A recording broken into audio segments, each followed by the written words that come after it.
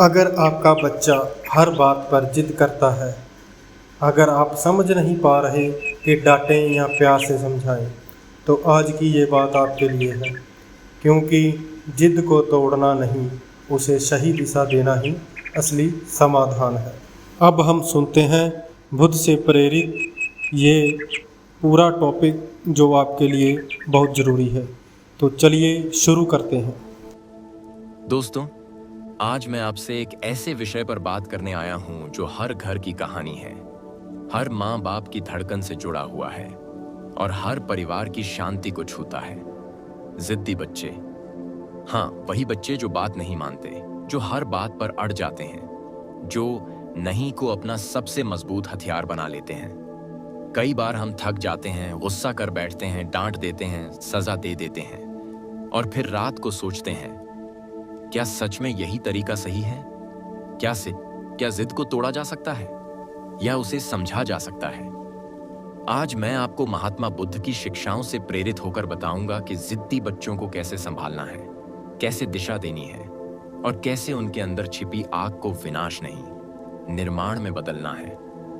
और मैं आपसे वादा करता हूं, अगर आप आज की बातों को दिल से सुनेंगे तो आप बच्चों को कंट्रोल करने नहीं, उन्हें समझने की कला सीखेंगे।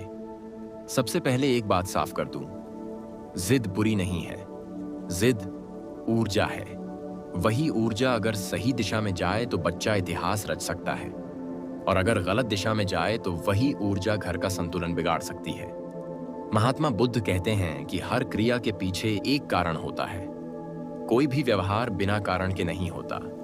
जब बच्चा जिद करता है तो वह हमें चुनौती नहीं दे रहा होता, वह हमें संकेत दे रहा होता है। वह कह रहा होता है, मुझे समझो। लेकिन हम क्या करते हैं? हम उसके शब्द सुनते हैं, भावना नहीं। हम उसका विरोध देखते हैं, उसकी पीड़ा नहीं। सोचिए, जब बच्चा किसी बात पर अड़ जाता है, खिलौना चाहिए, मोबाइल चाहिए, बाहर जाना है, अभी चाहिए, और हम मना करते हैं तो वह रोने लगता है, चिल्लाने लगता है। उस समय हमारा मन क्या करता है? गुस्सा। और गुस्सा क्या करता है? आग में घी डालता है। महात्मा बुद्ध ने सिखाया कि क्रोध को नहीं मिटाता। जैसे आग से आग नहीं बुझती, वैसे ही जिद से जिद नहीं टूटती। अगर बच्चा जिद कर रहा है और हम भी अपनी जिद पर अड़ जाएं, मैंने कह दिया तो कह दिया, तो दो जिदें टकराती हैं और घर का वातावरण रणभूमि बन जाता है। अब मैं आपसे पूछता हूं, क्या हम बच्चों को हराकर जीतना चाहते हैं या उन्हें समझाकर जीतना चाहते हैं? जीत दो तरह की होती है, एक वह जिसमें सामने वाला हार जाए, दूसरी वह जिसमें दोनों का मन शांत हो जाए। बुद्ध की राह दूसरी जीत की राह है। जिद का असली कारण क्या है? अक्सर जिद ध्यान की भूख होती है। बच्चा चाहता है कि उसकी बात सुनी जाए, वह चाहता है कि उसे महत्व मिले। अगर घर में हर समय चुप रहो, अभी नहीं, तंग मत करो, सुनने को मिले, तो वह जिद के जरिए अपनी उपस्थिति दर्ज कराता है। वह सीख जाता है कि अगर शांत रहूंगा तो कोई ध्यान नहीं देगा, लेकिन अगर रोऊंगा, चिल्लाऊंगा, अड़ जाऊंगा तो सब मेरी तरफ देखेंगे। यह उसका सीखा हुआ व्यवहार है। महात्मा बुद्ध ने मध्यम मार्ग की बात की, न बहुत कठोर न बहुत ढीला। बच्चों के साथ भी यही लागू होता है। कुछ माता पिता बहुत सख्त हो जाते हैं, हर बात पर डांट, हर गलती पर सजा। कुछ बहुत नरम हो जाते हैं, जो मांगा दे दिया। दोनों ही स्थितियां संतुलन से दूर हैं। बहुत सख्ती जिद को विद्रोह बना देती है, बहुत नरमी जिद को आदत बना देती है। मैं एक उदाहरण देता हूं। मान लीजिए बच्चा रोज मोबाइल मांगता है और आप गुस्से में मना कर देते हैं। वह रोता है, आप और डांटते हैं। अगले दिन फिर वही होता है। यह चक्र चलता रहता है।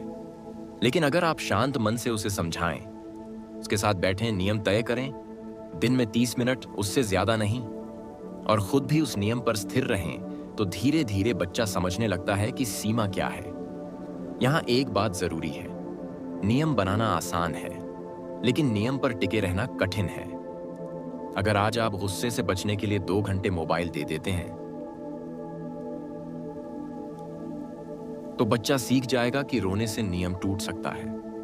बुद्ध की एक और गहरी शिक्षा है, सजगता। सजगता का मतलब है जागरूक रहना। जब बच्चा जिद करे तो पहले खुद को देखिए, क्या मेरा गुस्सा मेरी थकान से आ रहा है? क्या मैं पहले से तनाव में हूं? क्या मैं बच्चे की बात पूरी सुने बिना प्रतिक्रिया दे रहा हूं? अगर माता पिता सजग हो जाएं, तो आधी समस्या वहीं खत्म हो जाती है, क्योंकि बच्चे का व्यवहार अक्सर हमारे व्यवहार का प्रतिबिंब होता है। अगर घर में आवाज ऊंची है तो बच्चे की आवाज भी ऊंची होगी। अगर घर में धैर्य है तो बच्चा धीरे धीरे धैर्य सीखता है। अब एक महत्वपूर्ण बात, जिद को तोड़ने की कोशिश मत कीजिए, उसे दिशा दीजिए। अगर बच्चा किसी चीज के लिए अड़ रहा है तो उससे पूछिए, तुम्हें यह क्यों चाहिए? उसे बोलने दीजिए। हो सकता है वह कहे कि उसके दोस्तों के पास है इसलिए उसे भी चाहिए। यहां तुलना की भावना काम कर रही है। आप उसे यह सिखा सकते हैं कि हर किसी का जीवन अलग है, हर परिवार के नियम अलग हैं, लेकिन यह शिक्षा चिल्लाकर नहीं, संवाद से दी जाती है। और याद रखिए, बच्चों को सिर्फ शब्दों से नहीं, उदाहरण से शिक्षा मिलती है। अगर हम खुद हर छोटी बात पर जिद करते हैं, ट्रैफिक में, रिश्तों में, घर के काम में, तो बच्चा वही सीखेगा। वह देखता है, सुनता है और फिर दोहराता है। बुद्ध ने कहा कि हम जो बोते हैं वही काटते हैं। अगर हम धैर्य बोएंगे तो अधैर्य ही उगेगा। कई बार माता पिता पूछते हैं, क्या सजा बिल्कुल नहीं देनी चाहिए? देखिए, सजा का मतलब मारना या अपमानित करना नहीं है, परिणाम समझाना जरूरी है। अगर बच्चा होमवर्क नहीं करता तो उसे खेलने का समय कम करना एक परिणाम हो सकता है, लेकिन यह गुस्से में नहीं, पहले से तय नियम के अनुसार होना चाहिए। जब परिणाम पूर्व निर्धारित होते हैं तो वे अन्याय नहीं लगते। बच्चा जानता है कि यह मेरे चुनाव का परिणाम है। जिद्दी बच्चे अक्सर संवेदनशील भी होते हैं। वे अपनी बात को लेकर गहरे होते हैं। अगर उनकी ऊर्जा को सही दिशा मिले, खेल, कला, पढ़ाई, किसी रचनात्मक काम में, तो वही जिद उन्हें उत्कृष्ट बना सकती है। इसलिए सिर्फ मत करो, ये करो का विकल्प दीजिए। अगर आप सिर्फ रोकेंगे तो ऊर्जा भीतर दबेगी और किसी और रूप में फूटेगी। और सबसे जरूरी, प्रेम। लेकिन ध्यान रहे, प्रेम का मतलब लाड नहीं है। प्रेम का मतलब है स्वीकार करना, साथ खड़ा रहना और स्पष्ट सीमाएं तय करना। जब बच्चा महसूस करता है कि चाहे मैं गलत करूं फिर भी मेरा परिवार मेरे साथ है, तो उसकी जिद धीरे धीरे पिघलने लगती है, क्योंकि जिद अक्सर असुरक्षा से जन्म लेती है। मैं आपसे कहता हूं, अगली बार जब आपका बच्चा जिद करे तो तुरंत प्रतिक्रिया मत दीजिए। एक गहरी सांस लीजिए, खुद को स्थिर कीजिए, फिर शांत स्वर में बात कीजिए। हो सकता है शुरुआत में फर्क न दिखे, लेकिन निरंतरता चमत्कार करती है। बुद्ध का मार्ग त्वरित परिणाम का नहीं, स्थायी परिवर्तन का मार्ग है। आज मैं बस इतना कहना चाहता हूं, जिद को दुश्मन मत समझिए, उसे संदेश समझिए। बच्चे को दबाइए मत, दिशा दीजिए। उसे हराइए मत, उसके साथ चलिए। क्योंकि जब बच्चा समझा हुआ महसूस करता है तो वह स्वयं बदलने लगता है, और यही असली नियंत्रण है, बाहर से नहीं, भीतर से आने वाला परिवर्तन। दोस्तों, हमने समझा कि जिद दुश्मन नहीं है, एक संकेत है। अब मैं आपको और गहराई में ले जाना चाहता हूं, क्योंकि असली सवाल यह नहीं है कि बच्चा जिद क्यों करता है। असली सवाल यह है कि हम उस क्षण में क्या करते हैं।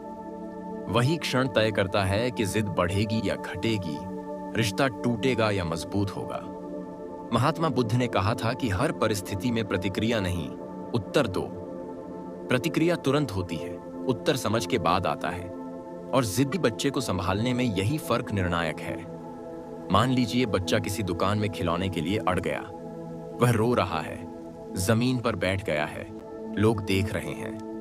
उस समय हमारे अंदर शर्म, गुस्सा, असहजता सब मिलकर तूफान बनाते हैं। हम जल्दी से खिलौना देकर चुप करा देते हैं या जोर से डांट देते हैं, लेकिन दोनों ही तरीकों से हम अनजाने में जिद को मजबूत कर देते हैं। बच्चा सीखता है कि जोर लगाओ तो बात बनती है, इसलिए पहली साधना है परिस्थिति से भागना नहीं, स्थिर रहना। जब बच्चा सार्वजनिक जगह पर जिद करे तो उसे तुरंत खींचकर अलग ले जाएं। उसकी आंखों में देखकर शांत स्वर में कहें, मैं समझता हूं कि तुम्हें यह चाहिए, लेकिन आज हम यह नहीं खरीदेंगे।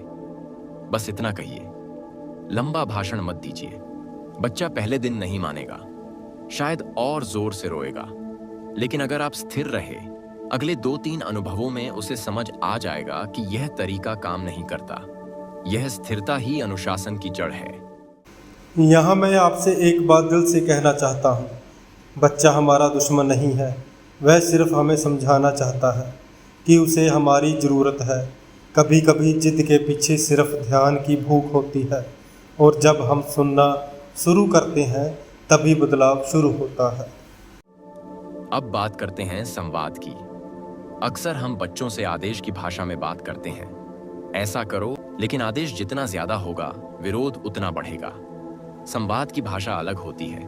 तुम्हें क्या लगता है, हम इसे कैसे सुलझा सकते हैं? जब आप बच्चे को निर्णय में शामिल करते हैं तो उसकी जिद कम होती है, क्योंकि उसे सम्मान मिला है। सम्मान जिद को नरम कर देता है। एक और महत्वपूर्ण पहलू है स्पष्ट सीमाएं। बुद्ध ने संतुलन की बात की, और संतुलन तभी आता है जब सीमा स्पष्ट हो। अगर घर में सोने का समय रोज बदलता है, खाने के नियम बदलते हैं, स्क्रीन टाइम का कोई तय समय नहीं है, तो बच्चा भ्रमित होता है। भ्रम जिद को जन्म देता है। इसलिए घर में कुछ मूल नियम तय कीजिए। सोने का समय, पढ़ाई का समय, खेलने का समय, और सबसे जरूरी, ये नियम माता पिता पर भी लागू हों। अगर आप खुद रात भर मोबाइल पर हैं और बच्चे से कहते हैं कि वह जल्दी सो जाए, तो संदेश कमजोर पड़ जाता है। अब मैं एक गहरी बात कहूंगा, जिद को तोड़ने के लिए दंड से ज्यादा प्रभावी है स्वाभाविक परिणाम। उदाहरण के लिए, अगर बच्चा बार बार खिलौने को तोड़ता है, तो अगली बार नया खिलौना तुरंत मत दीजिए। उसे कुछ समय इंतजार करने दीजिए। वह महसूस करेगा कि उसके व्यवहार का परिणाम है। यह सीख भीतर जाती है। लेकिन अगर आप गुस्से में कहें, तुम कभी अच्छे नहीं बनोगे, तो आप उसके व्यवहार पर नहीं, उसके व्यक्तित्व पर चोट कर रहे हैं। और यह चोट जिद को और कठोर बना देती है। महात्मा बुद्ध ने करुणा की शिक्षा दी। करुणा का अर्थ है सामने वाले की स्थिति को समझना। जिद्दी बच्चा अक्सर भावनाओं को शब्दों में नहीं कह पाता। वह गुस्सा दिखाता है क्योंकि उसे दुख या निराशा को व्यक्त करना नहीं आता। अगर हम उसे सिखाएं, तुम गुस्सा हो सकते हो, लेकिन चिल्लाना ठीक नहीं है। तुम बोल सकते हो कि तुम्हें बुरा लग रहा है, तो धीरे धीरे वह अपनी भावना को शब्द देना सीखता है। और जब भावना को शब्द मिल जाते हैं, तो जिद की जरूरत कम हो जाती है। अब बात करते हैं निरंतरता की। बहुत से माता पिता 2 दिन नियम पर टिकते हैं, तीसरे दिन थक जाते हैं। बच्चा यही देखता है। वह इंतजार करता है कि कब आप हार मानेंगे। इसलिए याद रखिए, जिद का इलाज एक दिन में नहीं होता। यह अभ्यास है। जैसे ध्यान रोज किया जाए तो मन शांत होता है, वैसे ही धैर्य रोज रखा जाए तो बच्चे का व्यवहार बदलता है। बीच में हार मत मानिए। एक और चीज जो बहुत असर डालती है, सकारात्मक ध्यान। हम अक्सर बच्चे की गलती पर तुरंत ध्यान देते हैं, लेकिन उसकी अच्छाई को नजरअंदाज कर देते हैं। अगर वह एक दिन बिना जिद किए आपकी बात मान ले, तो तुरंत कहिए, आज तुमने बहुत समझदारी दिखाई। यह छोटा सा वाक्य उसके मन में बीज बो देता है। वह समझता है कि शांति से भी मुझे महत्व मिल सकता है। जब सही व्यवहार को सराहना मिलती है, तो वह बढ़ता है। अब मैं आपको एक अभ्यास बताता हूं। रोज 10 से 15 मिनट सिर्फ बच्चे के साथ बिताइए, बिना मोबाइल, बिना किसी और काम के। उस समय वह जो खेलना चाहे खेलिए। यह समय उसे बताता है कि उसे आपका ध्यान पाने के लिए जिद करने की जरूरत नहीं है। उसे पहले से ही आपका साथ मिल रहा है। यह साधारण सा अभ्यास जिद को आधा कर देता है। और एक बात जो बहुत जरूरी है, तुलना बंद कीजिए। देखो, शर्मा जी का बेटा कितना अच्छा है, तुम्हारी बहन तुमसे बेहतर है। ये वाक्य जिद को जहर की तरह मजबूत करते हैं। बच्चा महसूस करता है कि वह स्वीकार नहीं है। जब स्वीकार नहीं मिलता, तो विरोध जन्म लेता है। हर बच्चा अलग है, उसकी गति अलग है, उसकी रुचि अलग है। अगर हम उसे उसके स्वभाव के साथ स्वीकार करें, तो वह धीरे धीरे खुलता है। अब आप सोच रहे होंगे, क्या हर बार शांति से काम लेना संभव है? नहीं, हम इंसान हैं, हमसे भी गलती होगी। अगर आप कभी गुस्सा कर बैठें, तो बाद में बच्चे से कहिए, मुझसे गलती हुई। यह कहना कमजोरी नहीं है, यह ताकत है। जब बच्चा देखता है कि बड़े भी अपनी गलती स्वीकार करते हैं तो वह भी सीखता है। ये सीख किसी किताब से नहीं, अनुभव से आती है। जिद्दी बच्चों को कंट्रोल करने का असली अर्थ है उन्हें खुद को नियंत्रित करना सिखाना। बाहरी नियंत्रण अस्थायी है, लेकिन भीतर की समझ स्थायी है। जब बच्चा समझ जाता है कि हर इच्छा तुरंत पूरी नहीं हो सकती, हर भावना को सही तरीके से व्यक्त करना जरूरी है और हर नियम का कारण होता है, तब वह परिपक्व होने लगता है। यहां मैं आपको सबसे गहरी बात बताना चाहता हूं। जिद्दी बच्चे को बदलने की कोशिश करने से पहले घर का वातावरण बदलना पड़ता है, क्योंकि बच्चा अकेला नहीं जीता, वह वातावरण में जीता है। वह शब्दों से कम और माहौल से ज्यादा सीखता है। महात्मा बुद्ध ने कहा कि जैसा संग वैसा रंग। अगर घर का वातावरण अशांत है, आवाजें ऊंची हैं, ताने हैं, तुलना है, तो बच्चा उसी भाषा में प्रतिक्रिया देगा। लेकिन अगर घर में संवाद है, धैर्य है, सम्मान है, तो वही वातावरण उसकी जिद को धीरे धीरे नरम कर देगा। सबसे पहले माता पिता के आपसी व्यवहार की बात करें। अगर बच्चा देखता है कि माँ बाप हर बात पर एक दूसरे से उलझते हैं, तो वह सीखता है कि असहमति का मतलब आवाज ऊंची करना है। फिर जब वह अपनी असहमति जताता है, तो वही तरीका अपनाता है। इसलिए जिद को कम करने का पहला कदम है, घर में मतभेद हो पर अपमान ना हो, असहमति हो पर गरिमा बनी रहे। बच्चा चुपचाप सब देखता है और वही दोहराता है। अब बात करते हैं छोटी छोटी आदतों की। क्या घर में रोज एक साथ बैठकर खाना खाया जाता है? क्या दिन में कभी ऐसा समय होता है जब सब बिना मोबाइल के बात करें? ये छोटी बातें बहुत बड़ा असर डालती हैं। जब बच्चा परिवार के साथ जुड़ा हुआ महसूस करता है तो उसकी जिद कम होती है, क्योंकि जिद अक्सर अलगाव से जन्म लेती है। अगर वह खुद को अलग महसूस करता है, अनसुना महसूस करता है, तो वह विरोध के जरिए अपना अस्तित्व जताता है। एक और महत्वपूर्ण बात, बच्चे को जिम्मेदारी दीजिए। अक्सर हम सोचते हैं कि वह छोटा है, उसे क्या समझ। लेकिन जब आप उसे छोटी जिम्मेदारी देते हैं, जैसे पौधों में पानी डालना, मेज लगाना, अपना बैग खुद व्यवस्थित करना, तो उसे लगता है कि वह परिवार का महत्वपूर्ण हिस्सा है। जिम्मेदारी से आत्मविश्वास आता है और आत्मविश्वास से अनावश्यक जिद घटती है, क्योंकि अब उसे अपनी ताकत दिखाने के लिए विरोध की जरूरत नहीं है। महात्मा बुद्ध ने आत्मसंयम की बात की। आत्मसंयम का अर्थ है इच्छा को पहचानना और उसे दिशा देना। यही हमें बच्चों को सिखाना है। अगर बच्चा कहे मुझे अभी चॉकलेट चाहिए, तो सीधे मना करने के बजाय कहिए आज नहीं, रविवार को। आप उसकी इच्छा को नकार नहीं रहे, आप उसे समय दे रहे हैं। इससे वह इंतजार करना सीखता है। इंतजार करना जीवन की सबसे बड़ी सीखों में से एक है। जो इंतजार कर सकता है वह जीवन में स्थिर रह सकता है। अब एक गहरी बात, लेबल मत लगाइए। तुम बहुत जिद्दी हो, तुम कभी नहीं सुधरोगे। ये शब्द बच्चे के मन में पहचान बना देते हैं। वह सोचने लगता है कि यही उसका स्वभाव है। फिर वह उसी पहचान को निभाने लगता है। शब्द बीज हैं, जो बोएंगे वही उगेगा। इसलिए कहिए आज तुमने जिद की, लेकिन तुम समझदार हो, तुम बेहतर कर सकते हो। आप व्यवहार को अलग कर रहे हैं, बच्चे को नहीं। यह फर्क बहुत बड़ा है। कई बार माता पिता पूछते हैं कब तक समझाएं, कब तक धैर्य रखें। मैं कहता हूं जब तक बच्चा सीख न जाए, क्योंकि पालन पोषण कोई दौड़ नहीं है, यह यात्रा है। और इस यात्रा में सबसे बड़ा शिक्षक हमारा अपना आचरण है। अगर आप चाहते हैं कि बच्चा गुस्से में शांत रहे, तो उसे आपके शांत रहने का अनुभव चाहिए। अगर आप चाहते हैं कि वह दूसरों का सम्मान करे, तो उसे आपके सम्मानपूर्ण व्यवहार को देखना होगा। अब मैं आपको एक अंतिम अभ्यास देता हूं। हर रात सोने से पहले 5 मिनट बच्चे से पूछिए आज तुम्हें किस बात पर अच्छा लगा, किस बात पर बुरा लगा। उसे खुलकर बोलने दीजिए, बीच में मत टोकिए। यह अभ्यास उसे अपनी भावनाओं को पहचानना सिखाएगा। और जब भावनाएं पहचानी जाती हैं, तो वे विस्फोट नहीं बनती, वे समझ में बदल जाती हैं। याद रखिए, जिद पूरी तरह खत्म नहीं होगी, और शायद उसे खत्म करना भी लक्ष्य नहीं होना चाहिए, क्योंकि वही जिद आगे चलकर दृढ़ता बन सकती है, लक्ष्य के प्रति समर्पण बन सकती है। फर्क सिर्फ इतना है कि आज वह अनियंत्रित है, और हमें उसे संयमित बनाना है, उसे दबाकर नहीं। अगर कभी आपको लगे कि स्थिति आपके हाथ से बाहर जा रही है, तो मदद लेने में संकोच मत कीजिए। अनुभवी शिक्षकों से, काउंसलर से, बुजुर्गों से सलाह लीजिए। यह कमजोरी नहीं, जिम्मेदारी है। बच्चा सिर्फ आपका नहीं, समाज का भी भविष्य है। और अंत में मैं यही कहूंगा, जिद्दी बच्चा समस्या नहीं है, वह अवसर है।